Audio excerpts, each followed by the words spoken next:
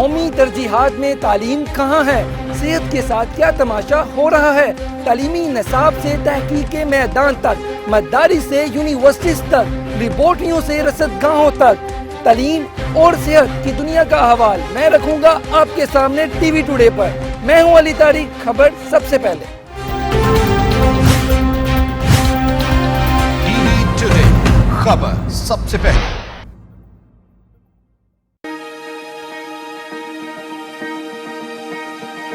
کامیاب لوگ کامیاب ٹوڈے پر۔ ٹی وی ٹوڈے، خبر سب سے پہلے۔ میں ہوں ثنا ارشد۔ کھیل کی سیاست اور کھیل سے کھلواڑ، کھیل کے اجڑے میدان اور بے پناہ ٹیلنٹ، علاقائی کھیلوں سے عالمی مقابلوں تک، کس کی ہوئی جیت کس کی ہوئی ہار، میں آپ کو رکھوں گی باخبر۔ ٹی وی ٹوڈے، خبر سب سے پہلے۔ ٹی وی ٹوڈے، خبر سب سے پہلے۔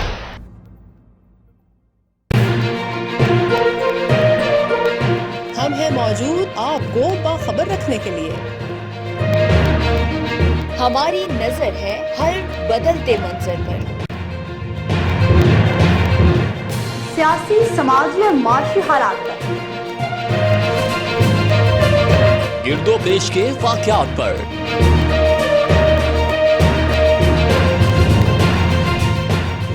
خبر اور اس سے جڑے حقائق پر، اقتدار کی سیاست اور عوام کے حالات، حکمران کیا کر رہے ہیں اور عوام کیا چاہتے ہیں، سب پہنچائیں گے آپ تک۔ ٹی وی ٹوڈے، خبر سب سے پہلے۔ Welcome back. اسلام آباد لیے چلیں گے، وزیر اطلاعات و نشریات شبلی افراد میڈیا سے گفتگو کر رہے ہیں۔ ٹریڈ فائنینسنگ کے لیے جن چیزوں کی، جن انسٹرومنٹس کی ضرورت ہوتی ہے، لائک لیٹرز آف کریڈٹ ہو گئے، وہ بہت ایکسپینسو بن جاتے ہیں، مہنگے ہو جاتے ہیں، تو آپ کے قرضوں کی بھی جو شرح سود ہے وہ بھی بہت بڑھ جاتی ہے۔ پہلے تو کوئی آپ کو دیتا نہیں ہے، لیکن اگر آپ کو وہ دے گا تو بہت ہی مہنگی شرح سود پہ وہ آپ کو وہ قرضے ملیں گے۔ اس کے علاوہ ایک انٹرنیشنل جو انویسٹمنٹ ہوتی ہے پاکستان میں، لوگ اس سے کترائیں گے، کیونکہ جو بھی فورن انویسٹر ہے، چاہے وہ ہماری ایکوٹی مارکیٹ میں انویسٹ کرنا چاہے یا وہ کسی اور پروجیکٹ میں فائنینس کرنا چاہے، انویسٹ کرنا چاہے، وہ اس سے کترائیں گے، کیونکہ ایک ملک جس کا کہ بلیک لسٹ میں نام ہو تو ظاہر ہے کہ کوئی بھی اس کو قریب سے بھی نہیں ہاتھ لگانا چاہتا۔ یہ اس سے ہوگا کیا؟ اس سے ظاہر ہے کہ آپ کی کرنسی پہ بھی پریشر پڑے گا، آپ کی کرنسی ڈی ویلیو ہوگی، اس سے کیا ہوگا؟ چیزیں مہنگی ہو جائیں گی، پیٹرول مہنگا ہو جائے گا، بجلی مہنگی ہو جائے گی، اور جتنا بھی جس طرح سے اس ملک کو امپورٹ پہ ڈیپینڈنٹ رکھا گیا ہے، وہ بھی اپنے ذاتی فائدے کے لیے، تو اس سے ملک میں اصل تکلیف کس کو پہنچے گی؟ وہ عوام کو پہنچے گی۔ کس کو نقصان پہنچے گا؟ ہمارے ملک کو پہنچے گا۔ یہ سب کچھ جانتے ہوئے بھی یہ اس کی جو امپلیکیشنز ہیں، جو اس کی بلیک لسٹ میں آنے کی وجہ سے جو بھی نقصانات ہیں، یہ جانتے ہوئے بھی ہم نے یہ دیکھا ہے کہ اپوزیشن اس پہ بھی سیاست کر رہی ہے، اور سیاست تو انہوں نے پہلے روز سے شروع کر دی تھی جب پرائم منسٹر عمران خان نے حلف لیا اور وہ نیشنل اسمبلی میں تقریر کر رہے تھے۔ اس وقت سے لے کے یہ پہلے دن سے کہنا شروع ہو گئے کہ جی حکومت ناکام ہے، کیونکہ بنیادی طور پہ تو اس لیے یہ ہمیں ناکام کرنا چاہتے ہیں، اور اس وجہ اس کی آڑ میں چاہے ان ملک کو نقصان پہنچے، ان کو اس کی کوئی پرواہ نہیں ہے۔ ان کو اگر ہے پرواہ تو صرف اپنے جو انہوں نے اس ملک کو لوٹا ہے ان پیسوں کو بچانے کے لیے یہ مسلسل بلیک میل کرتے آئے ہیں، اور انہوں نے ہمیشہ این آر او مانگا ہے۔ پھر یہ کہتے ہیں کہ جی این آر او کس نے مانگا؟ تو این آر او تو ان کی جتنی بھی آپ اسمبلی میں سیشنز دیکھ لیں، چاہے وہ کووڈ کی صورتحال میں دیکھ لیں، جب کووڈ ہوا تب بھی انہوں نے ہم پہ پریشر ڈالا، بجائے اس کے کہ وہ ایک ایسی وبا تھی جس میں کہ ہمیں ایک مکمل یکجہتی دکھانی تھی، بیکاز ان کا مقصد یہی تھا کہ خدا نہ خواستہ یا تو ہلاکتیں اتنی ہو جائیں کہ تب بھی اس حکومت کو ہم تختہ الٹ دیں، یا جو ہے تو مالی طور پہ اکانومی ہماری اتنی مفلوج ہو جائے کہ تب بھی حکومت جانے کے چانسز ہوں گے، اور ان کے جو پیسے ہیں وہ اس کے بچنے کے اور ان کے جیل جانے میں سے بچنے کے لیے حالات پیدا ہوں گے۔ لیکن دیکھیں پرائم منسٹر عمران خان، جن کی نیت کے بارے میں تو ان کے دشمن بھی کہتے ہیں کہ ان کی نیت ٹھیک ہے، ملک کے لیے وہ کام کرنا چاہتے ہیں، اور ملک کے لیے اور عوام کے لیے، اور خاص طور پہ غریب عوام کے لیے وہ ہمیشہ ہر جو بھی ان کی پالیسی کا محور ہوتا ہے وہ غریب لوگ ہوتے ہیں۔ انہوں نے نیک نیتی سے فیصلہ کیا، باوجود اس کے کہ یہی لوگوں کا وہ تھا کہ یہ تو جانے جائیں گی، یہ تو لاک ڈاؤن ہونا چاہیے۔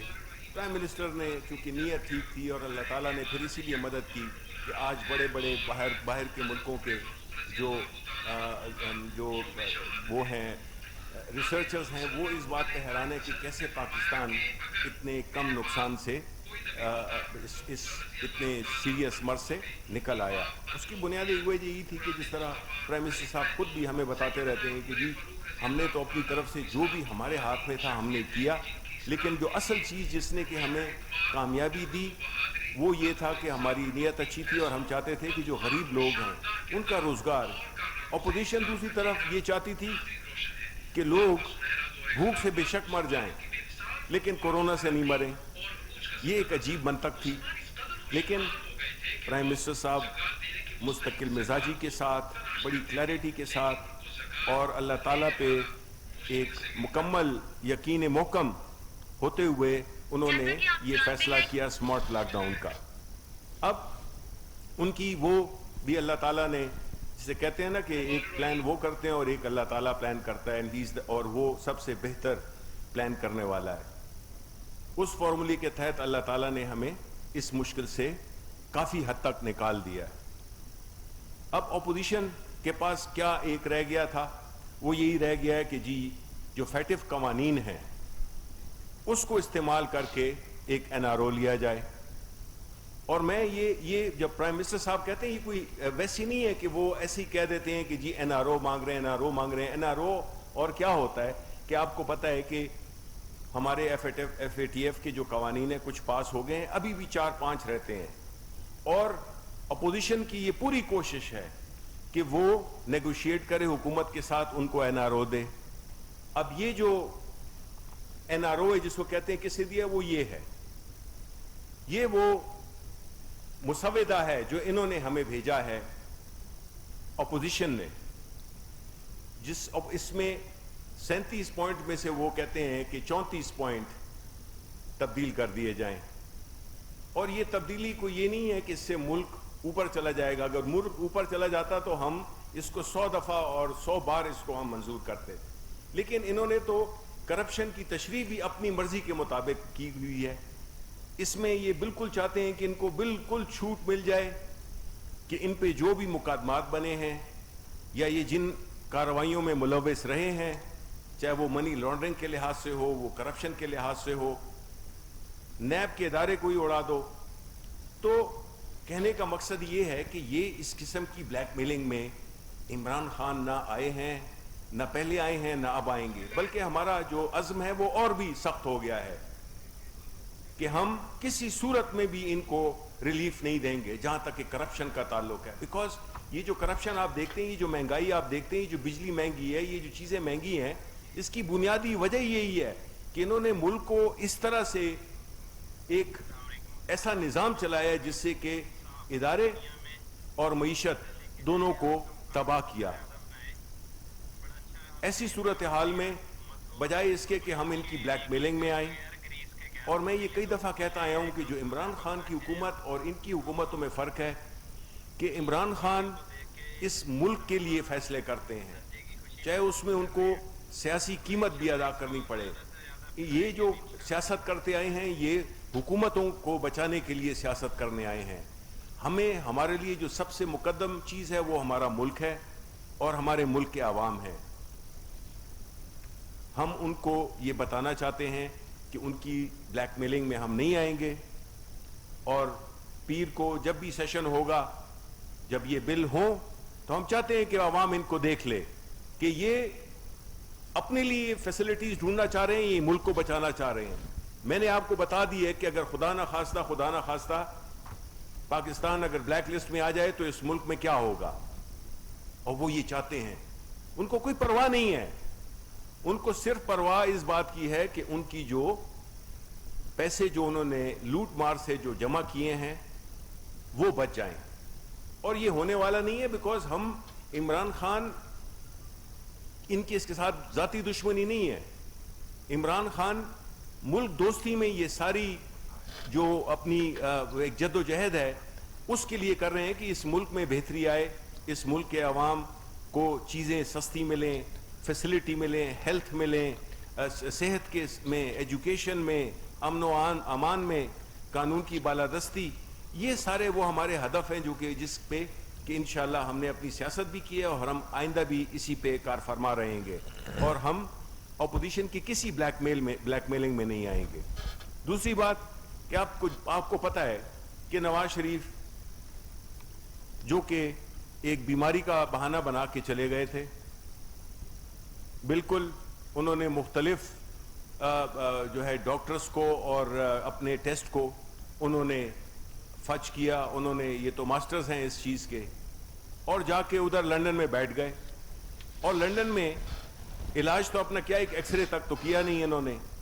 جب ان کی جو ٹرم جو ان کو ضمانت ملی تھی جب وہ ختم ہوئی اور ایکسٹینشن کے لیے اپلائی کیا, تو پنجاب حکومت نے ان سے میڈیکل رپورٹ مانگی کہ آپ میڈیکل رپورٹ تو بھیجیں کہ آپ کو ایکسٹینشن کس لیے دی جائے, بیکاز آپ نے اپنی میڈیکل رپورٹ کو دیکھ کے ہی ہم فیصلہ کریں گے. تو چونکہ انگلینڈ وغیرہ میں تو اس قسم کی چیزیں ہوتی نہیں ہیں, تو وہ رپورٹ نہیں بھیجوا سکے. اب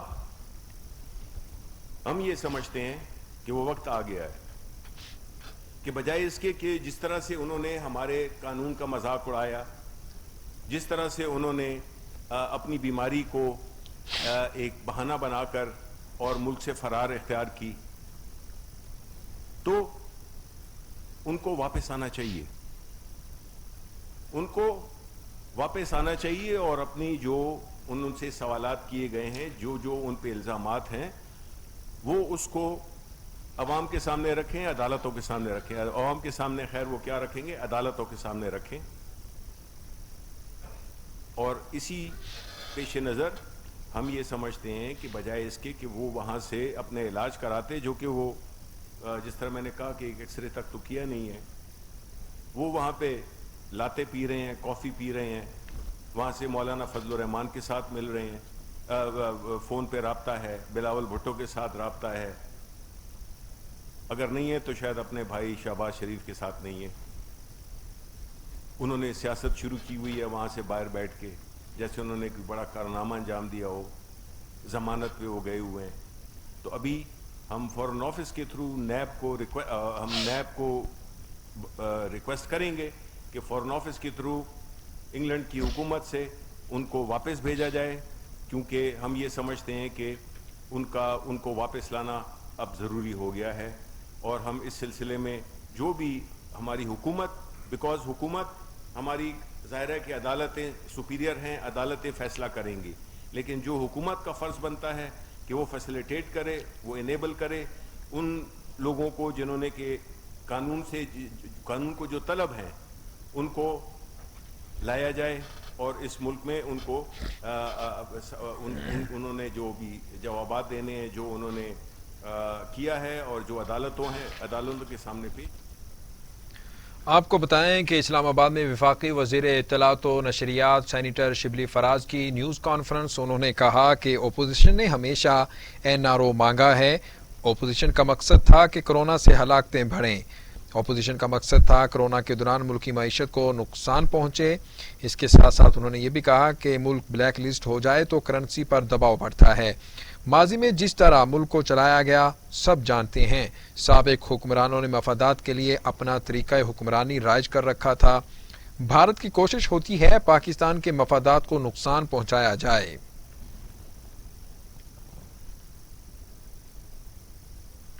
بلیٹن میں آگے بڑھیں اور آپ کو بتائیں کہ سپریم کورٹ نے سندھ حکومت کو 2 ماہ میں سرکاری گھر غیر قانونی مکینوں سے خالی کرانے کا حکم دے دیا۔ عدالت نے عمل درآمد رپورٹ بھی طلب کر لی۔ چیف جسٹس گلزار احمد کی سربراہی میں 3 رکنی بینچ نے سرکاری گھروں کی غیر قانونی الاٹمنٹ پر از خود نوٹس کیس کی سماعت کی۔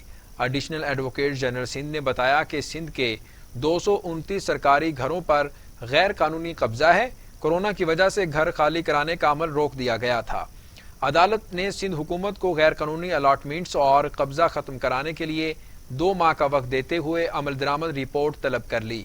دوران سماعت سی ڈی اے کے وکیل نے انکشاف کیا کہ اسلام آباد پولیس سی ڈی اے کے 200 کوارٹرز پر قابض ہے۔ مذاکرات ہوئے لیکن پولیس قبضہ چھوڑنے کے لیے تیار نہیں۔ ایڈیشنل اٹارنی جنرل نے کہا کہ اسلام آباد کی صرف 4 سرکاری رہائش گاہیں واگزار نہیں ہو سکیں۔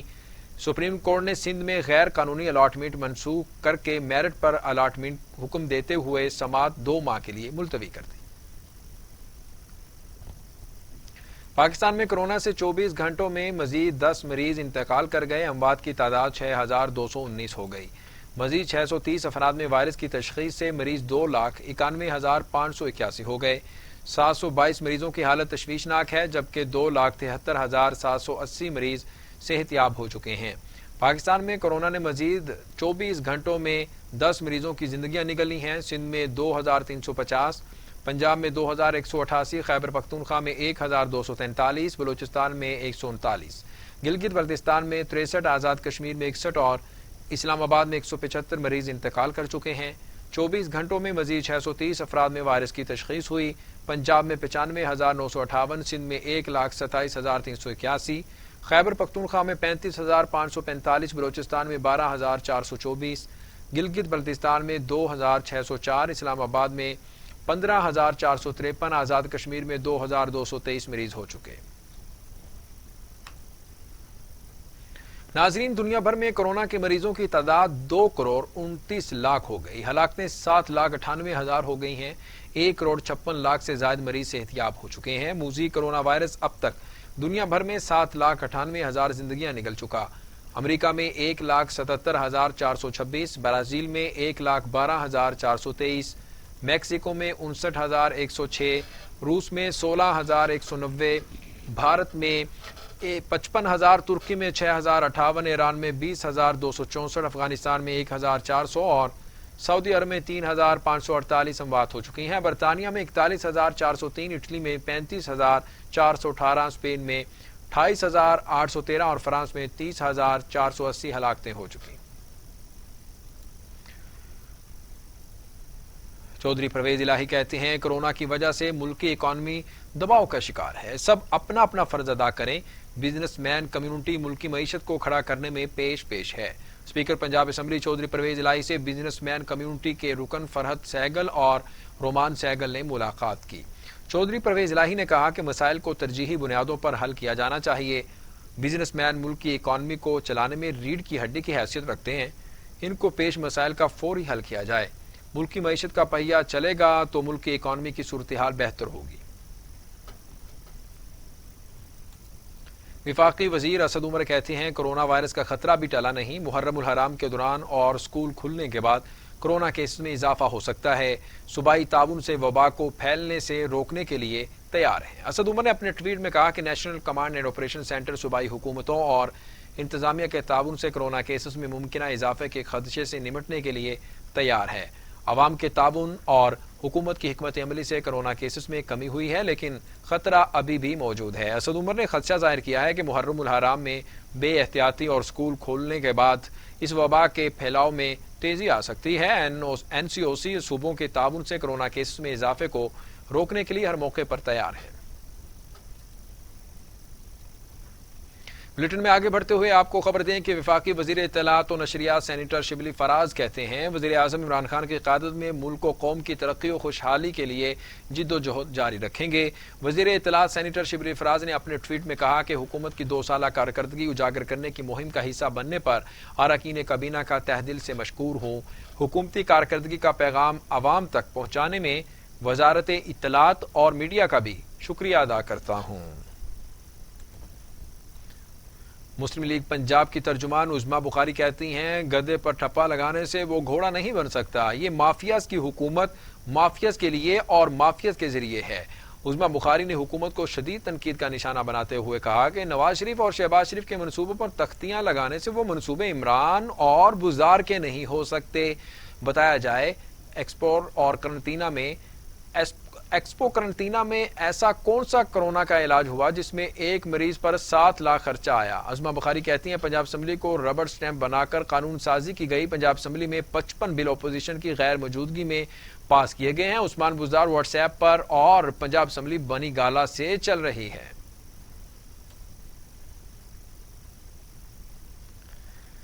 اور ابھی آپ کو بتائیں کہ صوبائی وزیر صنعت و تجارت میاں اسلم اقبال کہتے ہیں اپوزیشن چوچو کا مربع ہے، ساری عمر ایک دوسرے کو چور چور کہتے رہے اور اب 2 چور اکٹھے ہو چکے ہیں۔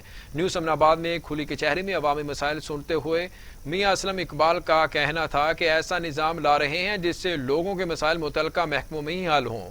محرم کے لیے SOPs بنا دیے جن پر عمل درآمد کروایا جائے گا۔ میاں اسلم اقبال کا کہنا تھا کہ حکومت نے تعمیراتی شعبے کو تاریخی پیکج دیا ہے، خصوصی اسپیشل زونز اور دیگر شعبوں میں بیرونی سرمایہ کاری آ رہی ہے۔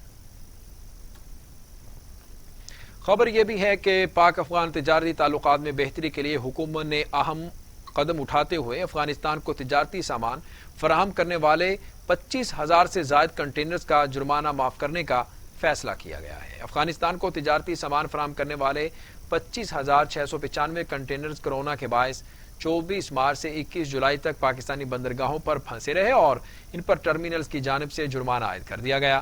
حکومت نے پاک افغان تجارتی تعلقات میں بہتری کے سلسلے میں ان کنٹینرز کا جرمانہ معاف کرنے کا فیصلہ کیا ہے۔ کنٹینرز نے 6 ٹرمینلز کو 39 کروڑ 78 لاکھ روپے سے زائد جرمانہ ادا کرنا ہے۔ EC سے منظوری کے بعد وزارت امور جہاز رانی کی جانب سے نجی ٹرمینلز کو جرمانہ معافی کے احکامات جاری کیے جائیں گے۔ دستاویز کے مطابق حکومت کی جانب سے جرمانہ معاف کرنے کے لیے فورس میجور شرط بھی موجود ہے۔ ابھی آپ کو بتائیں کہ پاک بحریہ کے سربراہ ایڈمرل ظفر محمود عباسی نے کراچی میں جوائنٹ میری ٹائم انفارمیشن کوارڈینیشن سینٹر نے سیٹ اپ کا افتتاح کر دیا ہے۔ جوائنٹ میری ٹائم انفارمیشن کوارڈینیشن سینٹر آمد پر commander coast vice admiral Faisal Rasool Lodhi نے نیول چیف کا استقبال کیا۔ کوارڈینیشن سینٹر مقامی بحری سٹیک ہولڈرز اور بین الاقوامی انفارمیشن فیوژن سینٹر کے ساتھ رابطے میں ریڑھ کی ہڈی کی حیثیت رکھتا ہے۔ سینٹر مقامی طور پر تیار کردہ جوائنٹ میری ٹائم انفارمیشن شیئرنگ کی سہولیات سے آراستہ ہے۔ سینٹر ملکی اور خطے کی میری ٹائم سیکیورٹی کو بہتر بنا کر ملکی میری ٹائم سیکٹر کے استحکام میں اہم کردار ادا کرے گا۔ ترجمان پاک بحریہ کے مطابق تقریب کے دوران سینٹر کی کارکردگی اور آپریشنز کے حوالے سے عملی مظاہرہ بھی پیش کیا گیا۔ نیول چیف نے سینٹر کی جدید سہولیات پر اطمینان کا اظہار کیا اور تمام سٹیک ہولڈرز کی کاوشوں کو سراہا۔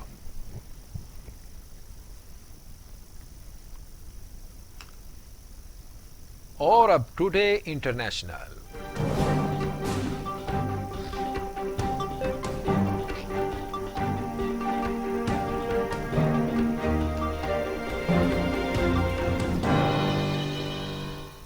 عالمی منظرنامے سے آپ کو خبر دیں کہ ایران نے متحدہ عرب امارات کا بحری جہاز قبضے میں لے لیا ہے، عملے کو بھی حراست میں لے لیا گیا ہے۔ تفصیلات کے مطابق متحدہ عرب امارات کی کوسٹ گارڈ نے ایران کے 2 مچھیروں کو فائرنگ کر کے ہلاک کر دیا اور اسی روز ایران نے متحدہ عرب امارات کے بحری جہاز کو بھی قبضے میں لے لیا۔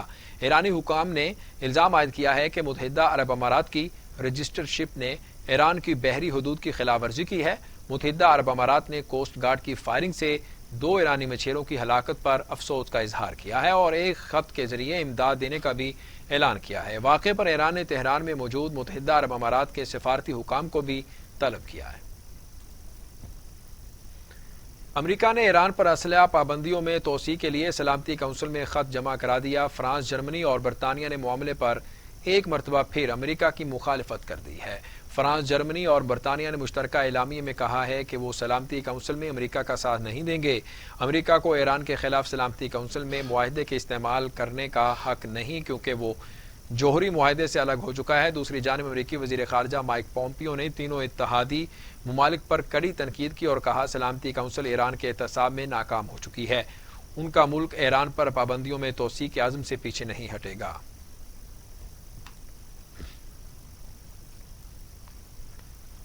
ڈیموکریٹک نیشنل کنونشن سے صدارتی امیدوار کی نامزدگی قبول کرتے ہوئے جو بائیڈن نے کہا ہے کہ وہ اگر صدر بنے تو امریکہ کے تاریک دور کا خاتمہ کر دیں گے۔ ویلنگٹن میں کنونشن سے خطاب کرتے ہوئے صدارتی امیدوار جو بائیڈن نے کہا، ڈونلڈ ٹرمپ نے امریکہ کو طویل عرصے سے اندھیروں میں دھکیل رکھا ہے۔ ٹرمپ نے غم و غصہ، خوف اور تفرقہ بازی پھیلا رکھی ہے۔ کنونشن میں موجود بہت سے ڈیموکریٹک رہنماؤں اور زندگی کے مختلف شعبوں سے تعلق رکھنے والے افراد نے جو بائیڈن کی حمایت کا بھی اعلان کیا۔ دوسری جانب صدر ڈونلڈ ٹرمپ نے اپنے مخالف ڈیموکریٹ صدارتی امیدوار جو بائیڈن کو امریکہ کے لیے ڈراؤنا خواب قرار دے دیا اور کہا ڈیموکریٹس نے نصف صدی امریکہ کو بیچنے، ملازمتیں ختم کرنے اور امریکیوں کو ملازمتوں دیگر ممالک سے مصروف ہیں۔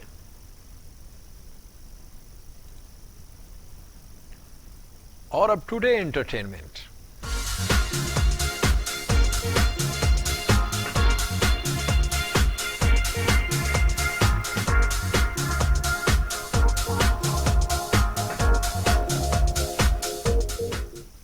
اداکارہ عتیقہ اوڈو شراب کے کیس میں باعزت بری ہو گئیں۔ عتیقہ اوڈو کہتی ہیں کہ دیر سے صحیح انصاف تو مل گیا ہے۔ راولپنڈی کی سول عدالت نے 9 سال 2 ماہ اور 14 روز بعد شراب پر برآمد کیس کا فیصلہ سنا دیا ہے۔ اداکارہ عتیقہ اوڈو کو باعزت بری کرتے ہوئے کہا گیا کہ اداکارہ کے خلاف کوئی ثبوت نہیں۔ عتیقہ اوڈو پر الزام تھا کہ اسلام آباد سے کراچی جاتے ہوئے ان کے بیگ سے شراب کی 2 بوتلیں برآمد ہوئی تھیں۔ وہ سابق چیف جسٹس افتخار چودھری کے سو موٹو حکم پر 2011 کو اداکارہ کے خلاف تھانہ ایئرپورٹ پولیس نے مقدمہ درج کیا تھا۔